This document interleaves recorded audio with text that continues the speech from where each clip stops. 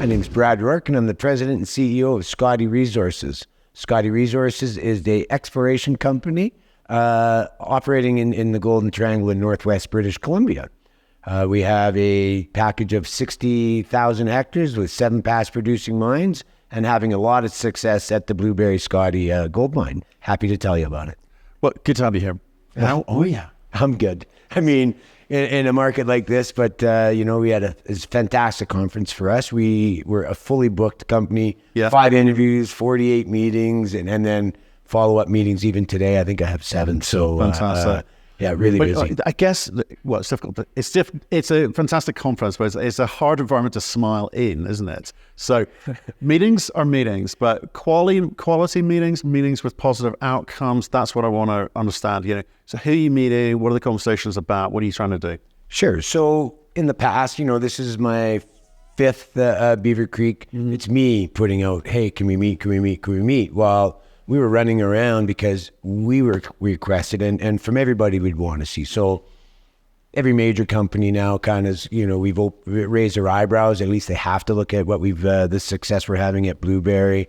A lot of funds that have been watching us, just kind of, are you small? Are you going to make it? And then, we had our presentation, the big and it was standing room only. I think, so we really, all the people we would really have been wanting their attention, we have it now, and just really productive meetings. You're getting the attention because you're getting super high grades. I mean, can you continue to get the super high grades? So that's always going to be attractive, but you got to have a plan, right? So I noticed the announcement of the race that. Sure. So tell us why. Okay. How in this market? How? Yeah. No, this is hard to say on camera, but I mean, I can because we're an open book. So I only raised $6.5 million this year. And, we always want to give our shareholders a chance, right? Like, I mean, we believe, like everybody, geez, we're so undervalued, and we are, and as other people are. But we did 20,000 meters with $6.5 million raised. We just completed drilling last week, $325 a meter all in, including geophysics. That's so pretty good. In our area where we work, the Golden Triangle is difficult because of infrastructure and just topography and stuff. But, lucky for us, the Blueberry is right on a road, and then the town of Stewart's right there. So we just have a lot of advantage than perhaps other companies in our area don't. And what that means is just way less dilution. And then, of course, we're pretty excited to see what the 20,000 meters are. We did put one news release out last week. Right. So, and as expected, good grades. And with more to come over the next few weeks, presumably.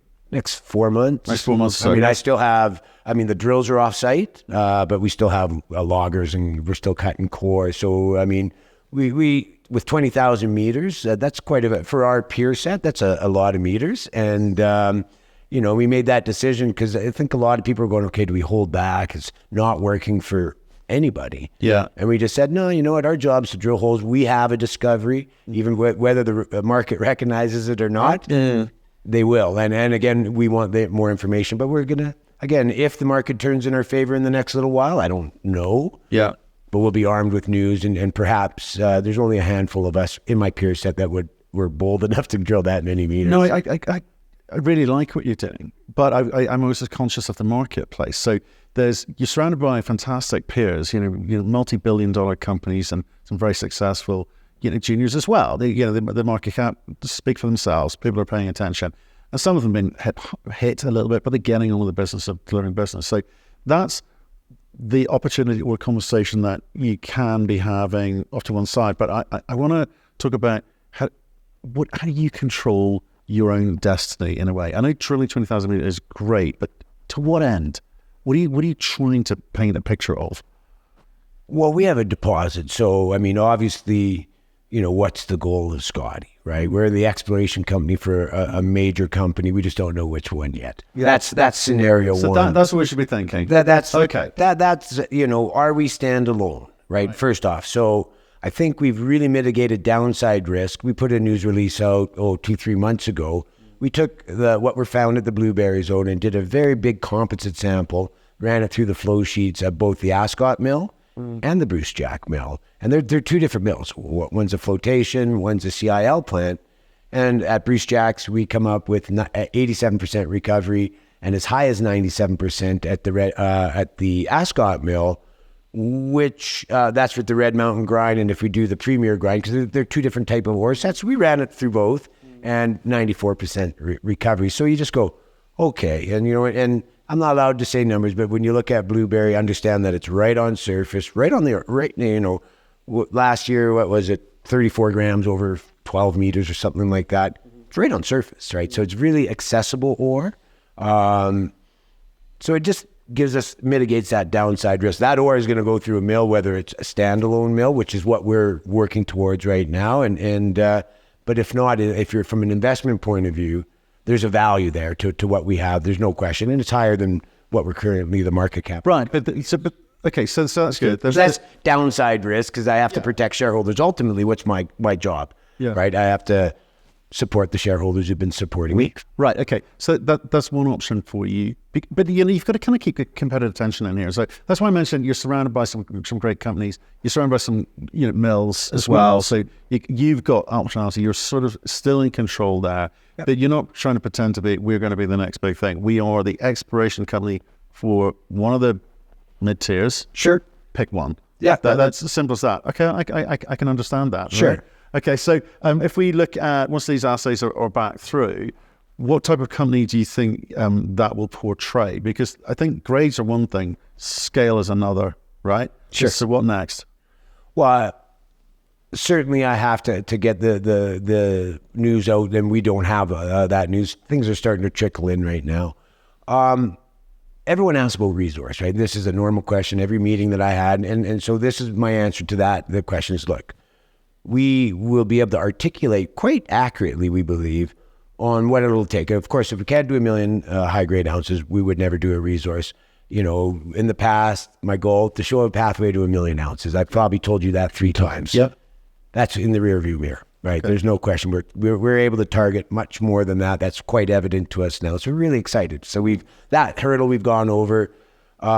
We doubled the envelope, so the volume of rock now at the Blueberry. So again, we're still stepping out big step outs, and so really trying to understand it. But we will be able to articulate in the next 3 months if my partners, my big shareholders, and I've got 4 shareholders that are just under 10%. So it's really easy for me to go, hey, here's my plan, and it's almost like they're on the board because again, they're all smarter than I am. They're all very well, very recognizable names. And so we'll just offer that.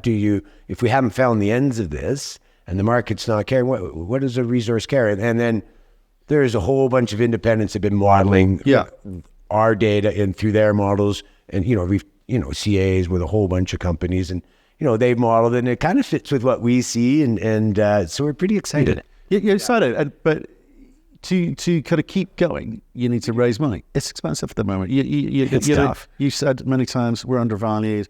You're kind of getting through the phases, but in this market, it's hard for anyone to get recognized.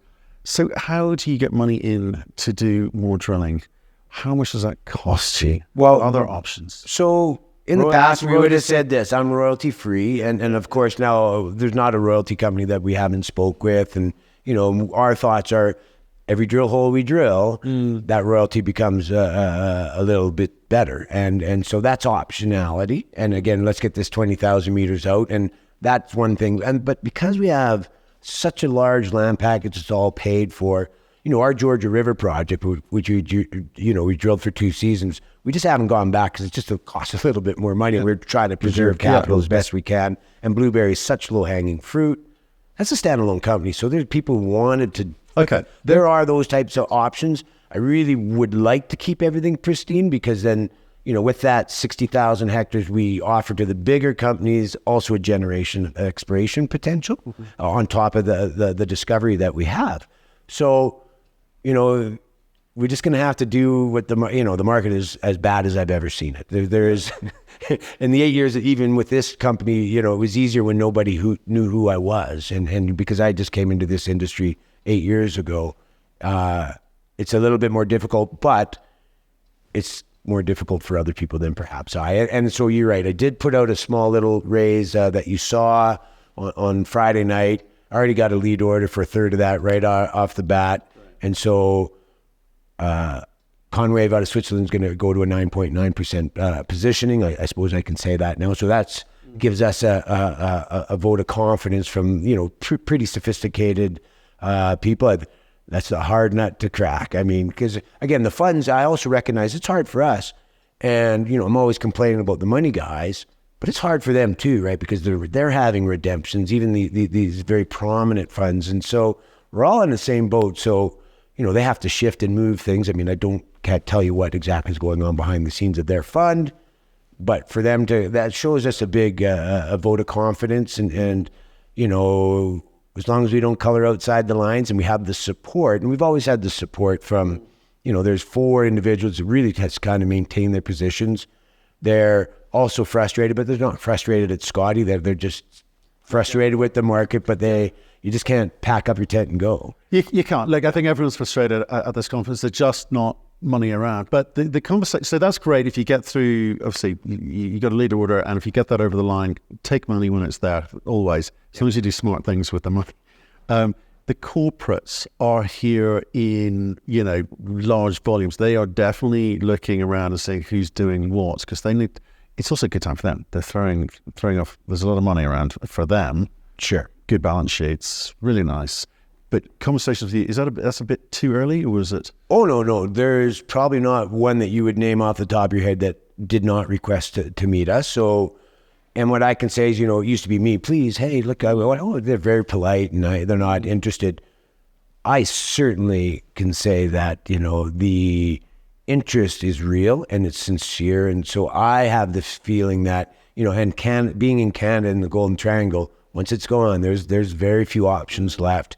And so we're recognizing that, again, those are slow moving boats. They're not going to buy in the market. But I think my sense is we are going to see some M&A because, again, people who just wouldn't give us the time, we had full teams, they really wanted to talk to Thomas, not so much with me, but they were very successful. You can just tell, if something's sincere or not. And I would say at any time, even though the market's bad, from those big corporates, yeah, they're leaning in. They're actually putting real effort and really understanding and offsite. They want to get into the micromine model on, so we're having a lot more attention than ever. Just no one's writing. It comes full circle for me. One of your first comments you made, which was that the cost of your drilling is extremely good.